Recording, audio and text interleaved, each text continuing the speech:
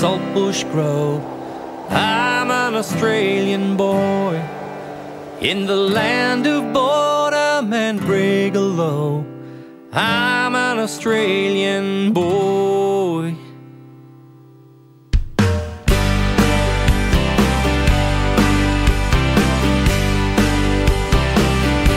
I'm working a rig for BHP. I'm an Australian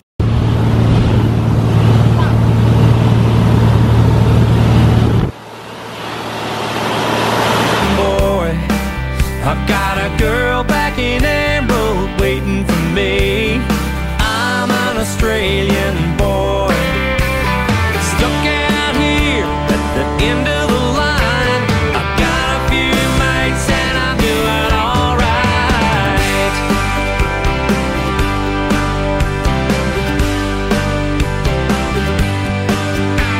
I hit the weekend like a 303. I'm an Australian boy, kicking up a dust storm, blowing off steam. I'm an Australian boy. I'm stuck in traffic on Flinders Street. It's the blues and the farmers at the MCG.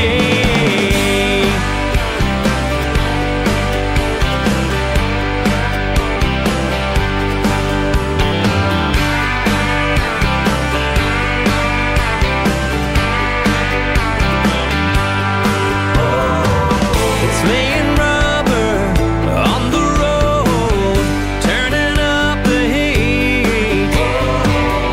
Having big times, hitting red lines, taking knocks and getting back on your feet. I'm a Townsville digger in Afghanistan. I'm an Australian boy. Tell the kids that I'll be home soon.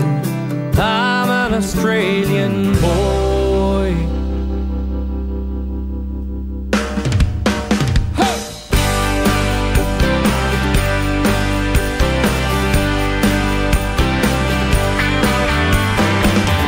Na na na na na na na. I'm an Australian boy. Na na na na na na na. I'm an Australian boy. Stand by my mates, so stand by the flag. I'm an Australian boy.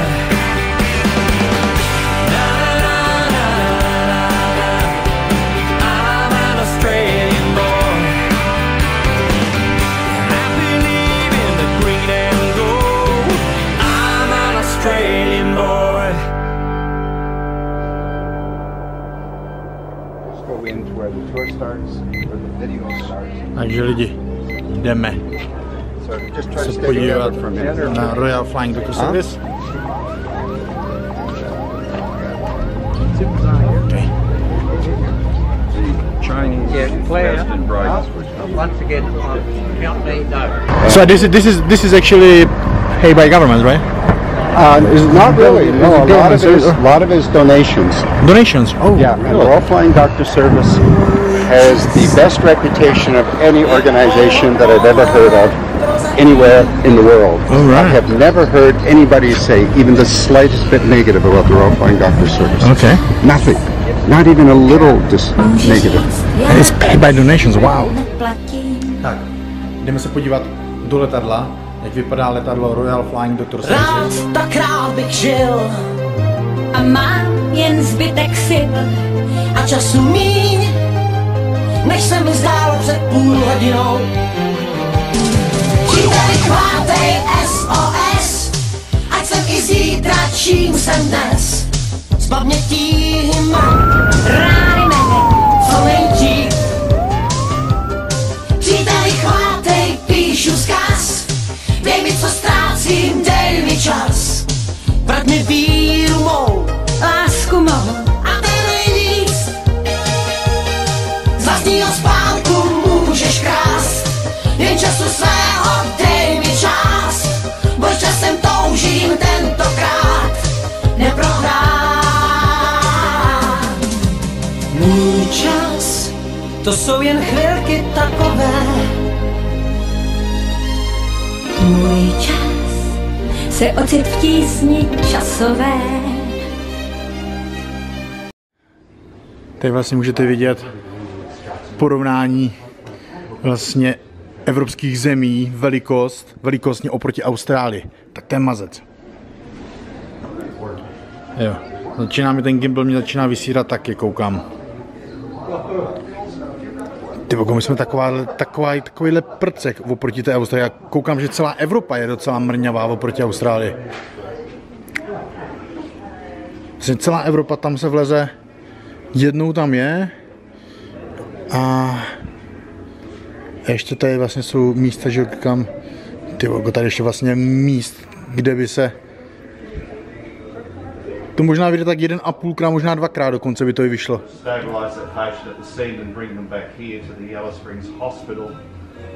will also transfer patients from. David, shall I order it for you the service? What? Shall I order it for you the service? Yeah, please. You will need it. I will need it. It's us. Most Australians live in heavily populated coastal regions, clustered together in the safety of numbers, with first-class medical help only minutes away. But for the people of the outback, it can sometimes take hours, even days, to get treatment for themselves and their families. On the 19th of April, 1916, I penned a letter to the then Prime Minister, the Honourable William Hughes. I'll read you that letter.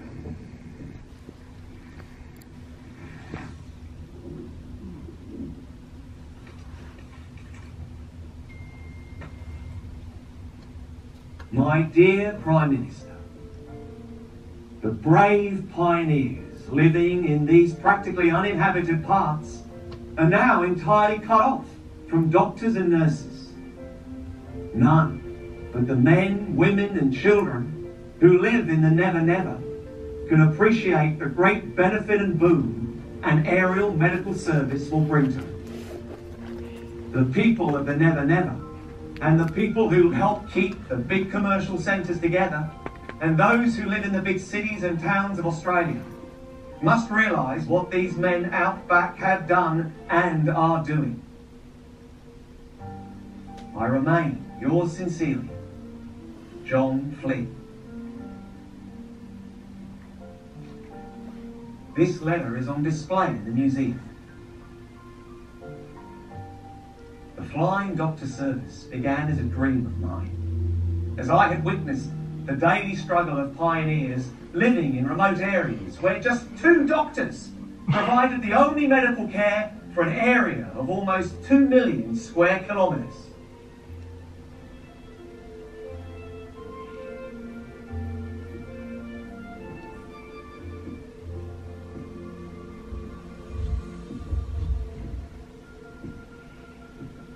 In 1912, I presented a report on the Northern Territory and Central Australia to the Home and Foreign Missions Board. From this report came the Australian Inland Mission to minister to the spiritual, social and medical needs of people in the outback. We started travelling by camel for weeks on end through the harsh outback of this vast country before obtaining a trusty motor vehicle. Loaded with supplies of all kinds, we would visit the people of the outback. In 1917, I received an inspirational letter from 2nd Lieutenant John Clifford Peel, a Victorian medical student with an interest in aviation. The young airman and war hero suggested the use of aviation to bring medical help to the outback. Shot down in France, he died at just 24 years of age and never knew that his letter became a blueprint for the creation of the Flying Doctor service. This material was published in the Church's magazine, the start of me turning my considerable fundraising talents to the task of establishing a flying medical service. The full correspondence can be viewed in the museum. For the next 10 years, I campaigned for an aerial medical service. My vision was to provide a mantle of safety for the people of the bush, and this vision became a reality when my long-time supporter, H.V. Mackay, left a large bequest for an aerial experiment which enabled me to get the Flying Doctor Service airborne. In 1927, the Australian Inland Mission Aerial Medical Service and Qantas signed an agreement to operate an aerial ambulance from Cloncurry, Queensland. When Arthur Affleck took off from Cloncurry on 17 May 1928, he was flying a single-engine timber and fabric biplane named Victory, leased from Qantas for 2 shillings per mile flown, with the federal government paying half the cost of maintaining the aeroplane and the other half funded by donations. He had with him the very first of our flying doctors, Dr. Kenyon St. Vincent Welsh. Dr. Welsh wrote a letter to Miss Harris about the then aerial medical service. I would like to read a short paragraph from that letter. I think the aerial medical services has the makings of something very useful. It can coordinate several other jobs, and I think it must stay. You'll find a copy of the letter in full in the museum. Whilst we had a doctor, a pilot and a plane, we lacked the communication technology to deliver our services efficiently. Alfred Traeger helped us to hurdle this barrier with the invention of a pedal-operated generator to power a radio receiver. By 1929, people living in isolation were able to call on the Flying Doctor Service to assist them in an emergency. Transistorized receivers later replaced pedal radios, making it possible for doctors to give radio consultations. It also meant neighbours, families and friends scattered over thousands of kilometres could exchange news and gossip after normal transmission hours. This time became known as the Glass Session, aptly named after the noisy, chattering bird. Her Majesty, Queen Elizabeth II, visited Australia and the Flying Doctor Service in 1953. Here she met with the staff of the Flying Doctor Service and spoke with the people of the outback via a radio receiver, which is also on display in the museum. Your Majesty, Your Royal Highness, we people of Australia's great outback acknowledge our humble allegiance to you as our sovereign. I am speaking from a wireless transceiver 300 miles from Your Majesty at Broken Hill. My family is very isolated, our nearest settlement being 35 miles away. We have one child. However, we would like you to know that the Flying Doctor Service has proved to us one of the greatest benefits of our lives, and that without this great mantle of safety, we mothers would not dare to bring up our families so far from medical help. And now it is our esteemed privilege and honour to present Her Majesty the Queen. My husband and I send to you who are listening, and indeed to all who live and work in the great outback of Australia, our sincere thanks for the kind words that have just been spoken on your behalf. Now that I have met some of you and seen from the air something of the immense and challenging country in which you live, I am especially glad to be able to speak to you from the Flying Doctor base, for I have heard so much of the work of the Flying Doctor Service and of the security and comfort it brings to every part of the outback. I would like to take this opportunity of paying my tribute to its founder, the late Reverend John Flynn, and of expressing my admiration to all those past and present who have contributed to its splendid work. I send you all my best wishes for your health and happiness.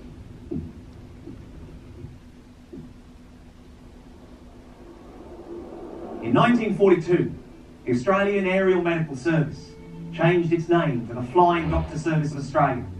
And in 1955, Her Majesty Queen Elizabeth II bestowed the honour of adding Royal to the Flying Doctor Service of Australia for its enormous contribution to medical services in the outback of Australia. Thus, the Royal Flying Doctor Service started the next phase of its magnificent history. That's the class PC-12 of today. But let me take you back to our early aircraft. In the 1930s and 1940s, aircraft used by the sections were predominantly British. DH-50, DH-83 Foxmont, the DH-84 Dragon, the DH-104 Dove, and the Australian-built DHA Marks 1, 2 and 3 Drover. Later, American aircraft predominated. Beechcraft Baron, Travel Air, Queen Air and Duke, the Cessna 180, 182 and 421B, the Piper Cherokee, Chieftain and Navajo. Flights were normally made during daylight hours, although night flights were attempted in cases of extreme urgency. Fuel supplies were also carried on flights until fuel dumps were established at certain strategic outstations. Until the 1960s, the service rarely owned our own aircraft. We used contractors to provide aircraft, pilots and servicing. We progressively began to purchase our own aircraft and employ our own pilots and engineers, and were able to install the medical equipment necessary to turn the aircraft into flying intensive care units. Prior to the mid-1980s, RFDS aircraft were all piston engines. The introduction of the twin-engine King Air B200Cs in the late 1980s and the Pilatus PC-12s of the mid-1990s show the great benefits of turboprop aircraft.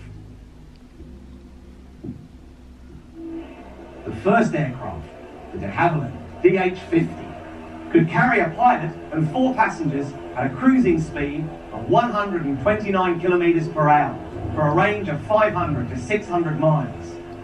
The Pilatus PC-12 of today can carry a pilot, 1 neonatal retrieval unit, plus 1 stretcher, 4 sitting persons, and cruises at 450 kilometers per hour for a range of 3,320 kilometers. Today, the RFDS flies more than 25 million kilometres to provide the finest care to more than 275,000 Australians. That's 1 person every 2 minutes. Tak, máme za sebou Royal Flying Doctor Services a teď jdeme na Aviation Museum. Letecké muzeum, přátelé.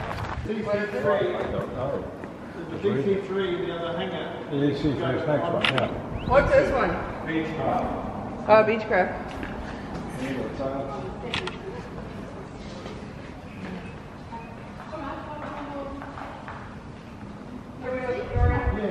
Wow. Ty kráso, to je historie, to jo. To je historie, to jsou letadílka. Tyhle, ten engine tady.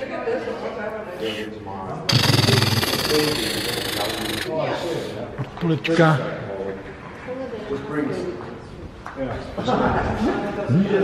Sorry? Nice.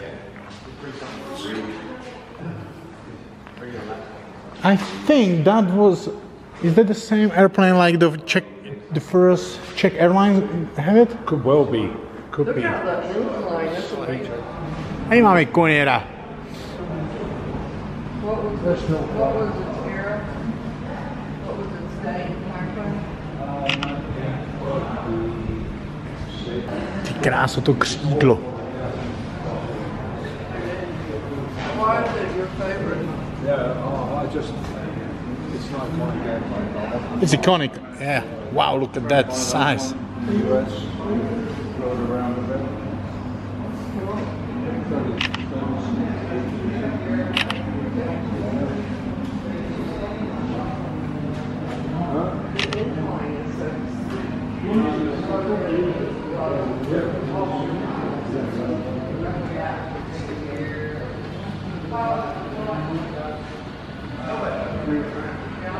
Oh wow, we can go in. We can go inside. Amazing. DC free.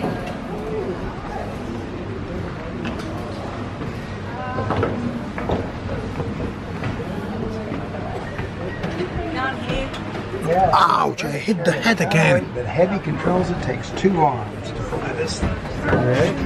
Okay. No boosted control, and it's heavy. Hustý, oni to mají ještě normálně i s původníma sedačkama. Is it original seats, you think? No. No. Now, do you want it turned off and started from the beginning? Yeah. Okay, I'll see what I Anne, are you coming? I'm coming.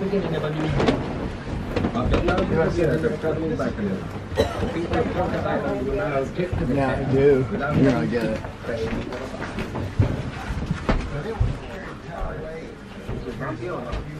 Kabina. Ty kráso. Hustý.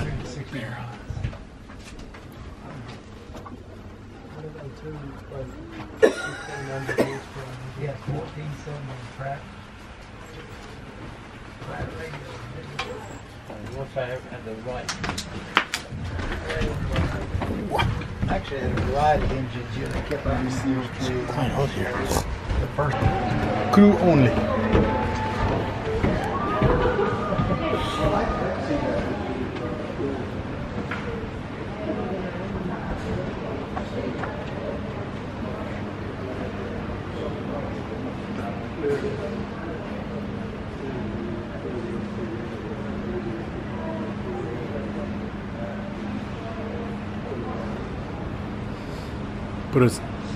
Prostě Nicolas Cage.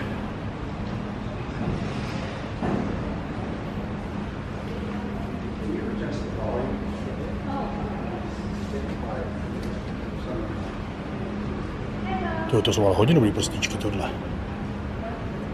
Ty krás, to má hodně dobrý, krásný prstíčky. Kurník. Kdybychom mazlil bych jí to.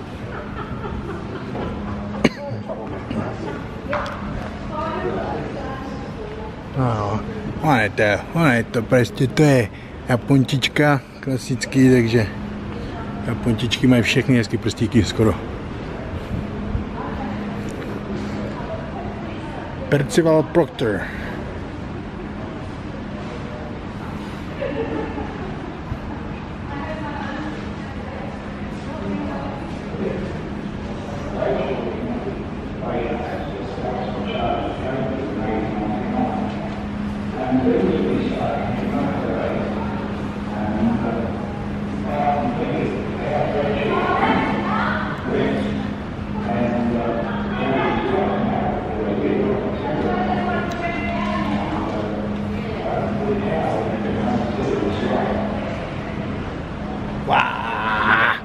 Kakos. Kolik má křídlka, ale kůjník. Ty nemáš křídlka. Když jsem asi nevešel, viď? Tak tě ufikli podle mě, nebo co? No jistě. Šmíkli mu křídlka chudátkový.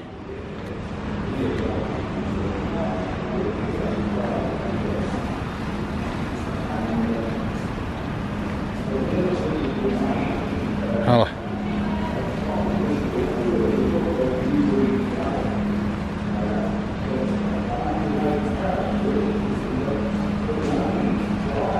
Tady máte Flying Doktora.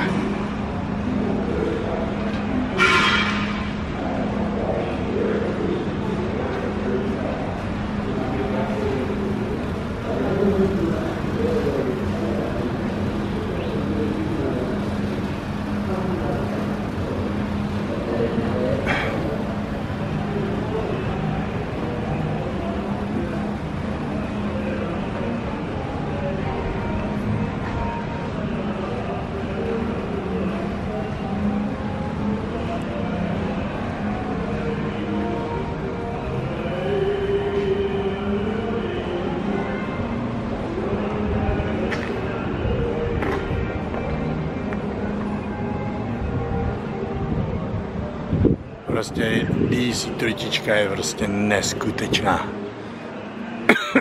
Petalice.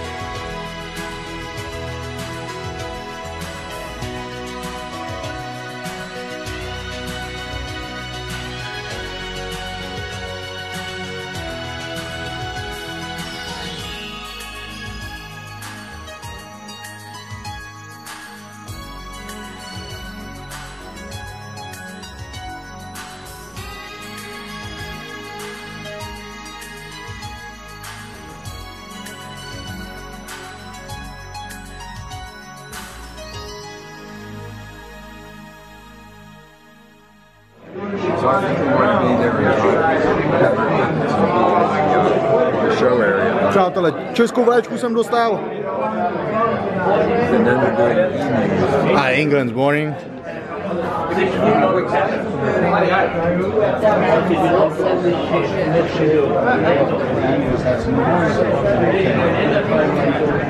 Baby girl, you're so damn fine, though. Wanna know if I can hit it from behind, though. I'm sipping on you like some fine wine, though. When it's over, I press rewind, though. Talking bands, I got it. Benjamins in my pocket. I traded my truth for some robbers, and he's playing Batman. Freddy's gonna rob him. Yeah, I got the Glock in my robbery. 17 shots, no 38. Yeah, I got the Glock in my robbery.